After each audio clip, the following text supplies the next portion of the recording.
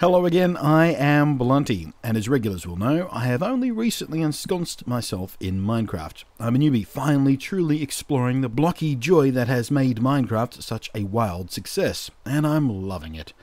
The news broke today, of course, and after a few days of rumblings and rumours, that yes, indeed, Microsoft are buying Mojang AB, the company that makes Minecraft, and therefore Microsoft are buying Minecraft. And a Microsoft-controlled Minecraft is something that very few players are actually receiving as good news for them. I mean, it's great for Microsoft and Mojang, it's great for everybody involved, except perhaps the customers. That is the way of these things when big buyouts happen, really. Now, I'm sure today and in the days to come there will be countless articles, opinion pieces, forum threads and Twitter rants and insipid animated GIFs being re-vomited around Tumblr about this event. I'm not sure how much of that will actually be thoughtful, instead of the usual vile, knee-jerk reactionary garbage that flows forth from any change these days, but I have awoken to a small flood of messages and emails this morning asking for my take on this thing. Now, video game journalism is a shit pile of hacks and morally bankrupted mouthpieces these days, so I won't count on any of the big gaming sites to do anything but bleed as much clickbait out of this as possible. But the voices of actual players with personal investment in this news are worth hearing, and I hope there are some eloquent ones out there. And as for me, well, as someone so new to the game, maybe I have a voice worth hearing on this issue to add in chorus to those players with so many more years invested than I have in this game. So, here's the thing. Microsoft buying out an already successful company almost never goes well for the company in question. Skype, for example, rapidly turned into a complete pile of shit. We all know that. There is no one out there that thinks that Skype is better today than it was before Microsoft bought them. Nobody. Except perhaps Microsoft PR people. And bringing it back to gaming-specific stuff, remember what Rare and Lionhead Studios were like before Microsoft? Remember how wonderful their games were, free of the yoke of the tone-deaf monolith that is Microsoft? Remember how good the pre-Microsoft-owned Halo series was, and how much more mediocre it has become since?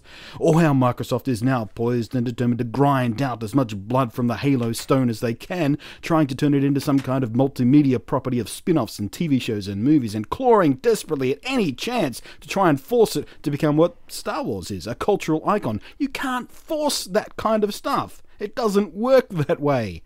But probably more preferably to the unlikably soulless drone that is modern Microsoft, they'd rather turn it into a never-ending money pit of franchise opportunities primed to have every last speck of marrow sucked from its bones before being discarded and awaiting the inevitable remake or reboot years later as some last-ditch attempt at corpse looting. Hell, the entirety, all of Lucasfilm and all of the Star Wars stuff was purchased by Disney for $4 billion. $4 billion. Sounded like a lot, but Microsoft paid more than half that, $2.5 billion just for Minecraft? You'd have to be some kind of biblical idiot if you don't see the future of this property being strip-mined for every last ounce of profit to reclaim that $2.5 billion before Minecraft itself fades and dies. Now, maybe Microsoft don't drown it in paid DLC and the so-called microtransaction bullshit. Maybe they let Mojang keep bringing all the updates out for free, as they always have done since day one. Maybe they keep developing it for other platforms besides PC and Xbox. Or more specifically, Windows PCs and Xboxes. Maybe, just maybe, the morons in suits behind the clusterfuck of tripping over their own ludicrous clown shoes that is shit like the whole Connect fast, full of fuck you customer sentiment, will not completely screw this up. Maybe. I'll allow you to hope against hope. I'll allow you to fool yourselves into thinking that now that Phil Spencer is at the helm of Xbox, and apparently listening quite well to what we Xbox owners actually want at our end, there is, maybe, a reason to ask the lovely Miss Sarah Optimism to the school dance. But for the price that Microsoft paid, you better bet your last dollar that Microsoft will run this brand into the ground. They will bleed it dry, they will take a unique and wonderful thing and turn it into a soulless machine designed to take your money and make it their money. And they will probably fail and just accidentally kill the whole brand, just like they did with Fable. Once a fucking fantastic series of RPG games, but now, post Microsoft purchase of Lionhead Studios, it is nothing more than some generic piece of shit Microsoft used to push gimmicks like the Kinect. They murdered everything that was fantastic about Fable. Every last thing. Dead, gone, buried, rotting corpse in the ground. And I really don't like them very much for doing that. But don't even pretend that Mojang's Minecraft was never about money until this point. Look, you just have to look at the merchandise for this. I can walk into an EB store here in Australia and purchase a foam pickaxe for about 45 Australian dollars. A foam pickaxe toy. What is that, 30 cents worth of foam? For $45. And that's just the very, very tip of the overpriced merchandise rip-off iceberg. So don't act like Minecraft for some kind of mountain temple of altruistic Buddhist-like generosity. It's not. It never has been. I mean, after all, Minecraft was the game that made people pay to play an unfinished game. Once upon a time, people used to be paid for testing games in alpha and beta. It was a job that people did.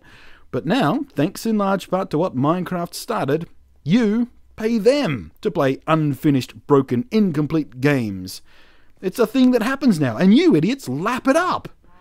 Now, on Notch himself, the man who came up with Minecraft, the man who invented Minecraft, the man who is responsible for bringing this thing into the world. You can call him a sellout if you like, but he doesn't owe you anything, you self-entitled arseholes. You didn't make him a success. He made himself a success. Just because you like, say, Guardians of the Galaxy, even paid to see it in a theatre, doesn't mean you get to decide what happens in the movie, or how Marvel Studios market it, or when it comes to DVD, or what happens in the sequels and spin-off. Liking something someone creative has made does not mean you own any part of it, or have any say in what gets done with it. What you do own, however, is your own neediness, your whining, your disgusting attitude of thinking just because you like playing Minecraft that somehow Notch owes you something, that somehow he has to be better than you are. Notch, who hasn't even been working directly on Minecraft for years now, was attacked on Twitter recently for a change in the EULA that would slightly alter how some servers are run, apparently. A story, by the way, that fizzled out almost immediately because some douchettes flew off the handle based on misinformation and lies from other people with their own agendas. But Notch copped it all, because, he's the face of Minecraft after all. Even though he's not, really. And Notch himself has stated repeatedly his thoughts on big, faceless companies. Hell, he even went to Twitter immediately after the biggest creepbags out there, Facebook, purchased the Oculus Rift. He went to Twitter and he immediately said he's shit-canning any plans he had for Minecraft on the Oculus Rift because companies like Facebook creep him the hell out. And who can blame him? If you're not creeped out by Facebook, you haven't been paying attention. I personally applauded him for this stance, for standing up 100% for what he believes in. Exactly how this act of personal integrity reconciles with him selling out to a company like Microsoft, well, I don't know, but it sure smells a hell of a lot like hypocrisy to me. You could even frame it as the same kind of betrayal that Notch himself tried to paint the Oculus sellout as. And I have to admit, it does feel like a betrayal. But, in his own words, on his blog today, Notch has come out and said he basically left Mojang and Minecraft and sold it off to preserve his own sanity. And I can't blame him for that. In fact, I understand it.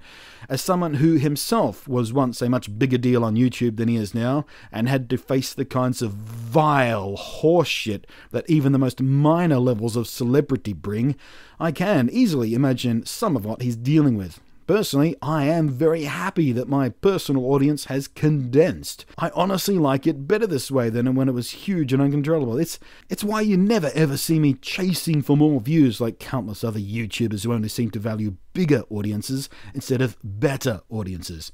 It sickens me. So I say, happy travels to Notch, and I hope for his own sake that he never finds Minecraft level of success ever again, so he can live out the remainder of his days fat and happy and tinkering away on projects that make him feel joyful.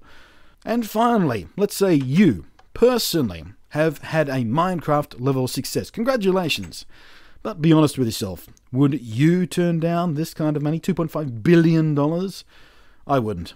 I'd look at what I'd done and I'd say to myself, I did something wonderful here, something unlike anything anyone else has ever done. It's become a phenomenon, and it's even noticeably changed the industry itself that surrounds it. I did that. It's wonderful. That's my mark. That's my legacy.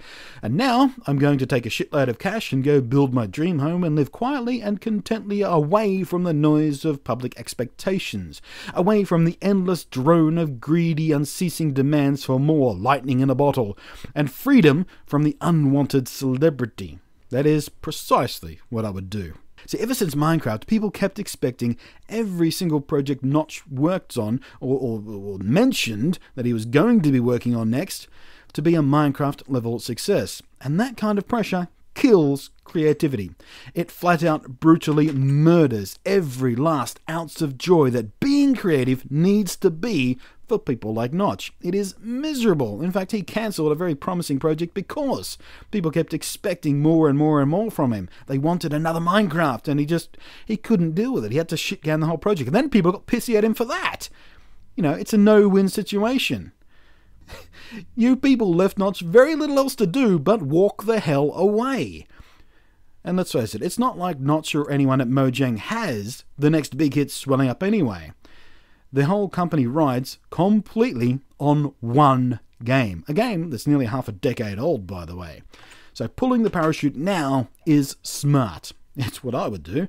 Because from here on in, it either just keeps pottering along as it is, and there's nothing wrong with that, or it starts deflating and bleeding away users as people start moving to the next big thing, or it turns into some kind of hideous Microsoft monster and just implodes. And none of these possibilities are as exciting as the ride it was to get here. Imagine you were them, the Mojang founders. With that kind of money being thrown around, you could do whatever you wanted. Stay and work on Minecraft if you like, if that's where your passion lies, or you could shoot your ass out the door so fast there'd be a comedy cartoon dust cloud outline of where you were just moments ago. And you'd go work on whatever the hell you want. Again, personally, I pride myself on my own creative integrity too. But if I were in their shoes, count on my ass flying out the door with a suitcase full of money and a contented smile of a man who did something wonderful. But that is my 2 cents. You asked, you got it. I am Blunty. Thank you so much for watching and listening to my rambling and rant. I hope you got something useful out of it. It gave you some perspective or gave you an interesting thought or two. But I'll catch you next time.